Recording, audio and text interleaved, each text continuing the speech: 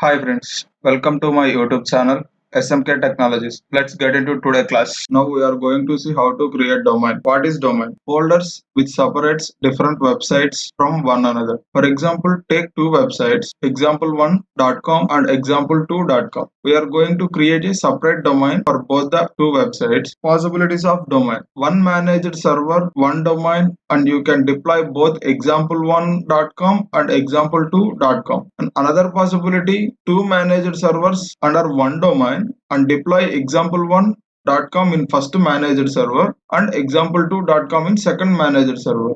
And third possibility, two separate managed servers and two separate domains. One managed server under one domain and deploy example1.com to that. And second one managed server under one domain and deploy example2 to that one. A domain can be configured with config.sh, which is under WLS home /common /bin /config.sh. A domain will have their own managed servers will report under on one admin server for the domain. We can create domain using graphical user interference or scripts. The first thing we need to do after creating a domain is to start the admin server which was creating by default. Then only we can access the admin console to configure or WLST. WLST means WebLogic scripting tool. Now see how to create a domain. Open your physical machine, then go to this path cd u01 apps Oracle middleware Oracle home Oracle common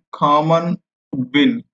List the files. Run the config.sh script file ./config.sh. Wait for few minutes. This will open a configuration wizard. This is the welcome screen to create domain. There are two options. We can create a domain or update an existing domain. Choose create a new domain. Give the path /home/weblogic/u01/apps dev underscore hello world underscore domain. Click on next.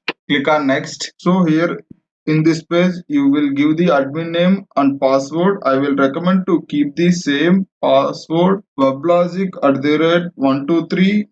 Click on next. Here is the option to create a production or development domain. So what is difference between production and development domain? In production domain, no boot properties files created by default. In development domain, we get these files by default. Where it is used? Every time you start a WebLogic, it will ask the username and password. So, but this root.properties file has another use. So this file you can place it on a security folder that you can write username and password already into the boot.properties file. And after restart, it gets encrypted, so it won't be displayed the actual username and password. It will be encrypted username and password after you restart. But when you write it, it can be just a normal username and password. So every time it starts up in production mode, does the property file won't be there, which means they will ask you every time you say my password, but you will be normally starting the WebLogic in the background. So what will we do? We don't have the luxury to enter the username and password, so we put our username and password in the boot.properties file and put it on a security folder for that JVM. And the every time it starts up, it will read the username and password from this file and or it will set up to JVM. But in the deployment mode, we don't have to do that because it is already there on security folder. In production mode, lock and edit features are there.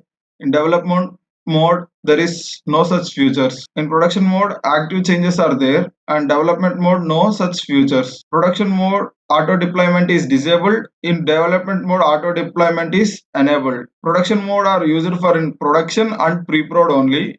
Development mode is used for development and quality assurance environments only. Select the development mode. Now it already understand where the Java is present. Click on next. This is the summary of your domain. Click to create. This will create a domain. Click on next. Click on finish. Now domain is created successfully. Go to the path cd/home/weblogic/u01/apps/oracle middleware Oracle home. List the files. Now we can see a file domain-registry.xml. To view this file, cat, give the name enter. Now you can see domain registry with the domain name of dev underscore hello world underscore domain. What is the location of domain? Slash home slash weblogic slash u01 slash apps under the name of the domain. Now go to domain home path. This is the structure of our domain home. Now we are going to create a domain again and then see how to remove a domain. Go to this path, cd slash home slash weblogic slash u01 slash apps slash oracle slash middleware slash oracle home slash oracle common slash bin. Now run this command dot slash config.sh. Now click on create a new domain and give the path slash home slash weblogic slash u01 slash app slash base domain. Click on next. Click on next. Give the password and username. Click on next. Click on development mode. It will automatically take the Java file. Click on next. Click on next. Click on create. Click on next. Click on finish. Now go to this path cd slash home slash weblogic slash u01 slash apps slash oracle middleware oracle home. List the files. Now view the file domain-registry.xml. Now we can see two domain locations. This is this one. Now we got created. Then how to remove this domain? Remove the folder of the particular domain and then remove the line in the domain-registry.xml. First we have to delete the domain folder. Cd slash home slash weblogic slash u01 slash apps. List the files. Now we are going to remove the base domain, which one we created last one. For removing the folders, use rm-rf, give the name, click on enter, it will remove. You have to check list the files. It is already deleted. Now go to this path, list the files, vi domain registry.xml, point that line, give the command dd. It will delete the whole line. Then click on escape, semicolons, wq. Now we remove the domain base in the domain-registry.xml. Now we have to check once here. There is no the domain base line successfully removed. This is how we removed the domains. Now we are going to see about admin server. What is admin server? Admin server is a JVM process. What is JVM process? It is a Java virtual machine where the Java codes would be processed using the same. So admin server is the first JVM process which we will discuss about. Admin server gets created with every domain. Admin server takes care of entire domain. Admin server uses two methods to take care of the domain. One is admin console. Second one, WebLogic scripting tool WLST. When you start the admin server established with unique port numbers HTTP and HTTPS. Using those port numbers, you can access the admin console or WLST. Using admin console or WLST, we can perform two major tasks. First one, configuration changes, and second one, control changes. In configuration changes, we can create a managed server and configuration of port numbers and configuration of SSLs and creating a clusters, so on so. In control changes, stopping, starting and restarting the admin servers in admin mode. Here is the note. All the above can done to the particular domain which your admin console points to. Checking the configurations of admin server. So what is the important configuration file? Under the domain home config folder, you have a important file called config.xml. So when you open that config.xml file, you will see the security configurations and username and password and port numbers assigned to your admin server. So one thing which you should remember, when you don't see the port numbers like 801 and 802, it doesn't mean that not listening to any port numbers, listening to the default port numbers which is 7001 and 7002. When the default port numbers is defined for the admin server, you can't see any port numbers defined over here. This complete tag of listening port numbers here and over here will be missing. So then you should assume that okay, the admin server was listening to the default port numbers which is 7001 and 7002. How to start admin server? You go to the domain home, location bin folder, use the command nohope./weblogic ampersand. Now what does this command knows? So let me explain to you. Nohope is a command where it will redirect all the output to a specific file called nohope.out. Okay,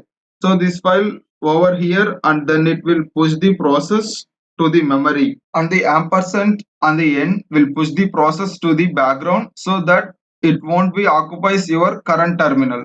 Okay, let's see how this command works. Let's go to the terminal and domain home/bin.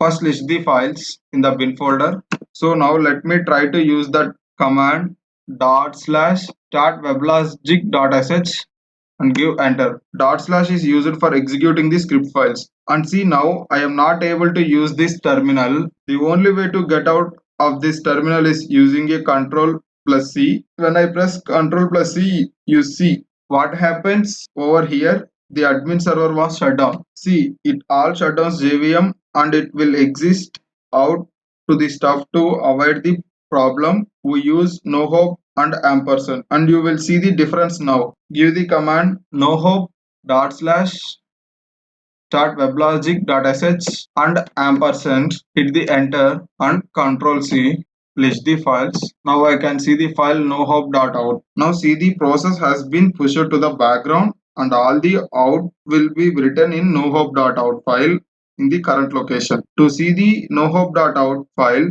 use the command tail-f nohope.out. So now it's time to browse the admin server. So execute Firefox. So I am waiting Firefox to open. Now it's open. Click on new tab and type http semicolons double slash local host semicolons 7001 slash console. Hit enter. It is deploying application from console. Give username and password. At that time you create a domain, use same password and username.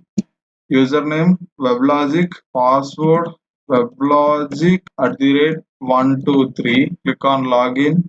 This is the admin console.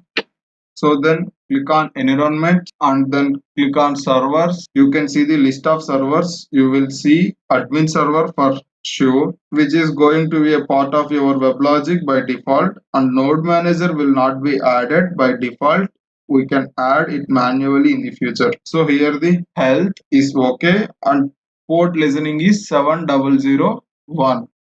Okay, this is the configurations. If I click on it, it will take me to a configurations inside of the admin server. Like for example, I can change the port numbers, enable SSL. So all these things, right? I can give the set of properties and key stores. I can change the protocols. I can enable some debugs and all those things I can do. There is also a shortcut for controlling over here, so they actually stop and start the JVM. Go down, okay, see the start, resume, suspend, shutdown, restart. Okay, so but I don't want to stop it because this console will goes off, right, if I stop it, because it's running on it. So here you have this start and stop options, right? So but if you want to go to full control on over here itself, if you have multiple servers, you have a options over here. Click on control, click on servers. It will select all the servers. You can stop them, start them, suspend them. Suspend them basically take it offline. Okay, but your application will be running, but you will not able to access it. Okay, you can resume them. If they are suspended, you can resume them to get it back to running, and then it could shut down. Then you can only restart the SSL services rather than restarting whole services on the time of changing the SSL certificates. That's a very nice feature they have here on this WebLogic. Alright, and see the domain structure. We have deployments, we have all the other things which require clustering and dynamic clustering inside it, and then we have services like data sources, messaging, JMS, did all those things, and the security realms that you can have your own security alarm, like you have connected to with the Active Directory and stuff like that. And we have diagnostics over here where you can monitor the activities, and you can also check the log files from the console itself. Go down here the health of the servers. So here you have overall health status over here. It will tell you what are warnings or any failures in your application server. So this is like a easy way to look on your system status immediately right after you log in into admin console. Thanks for you watching.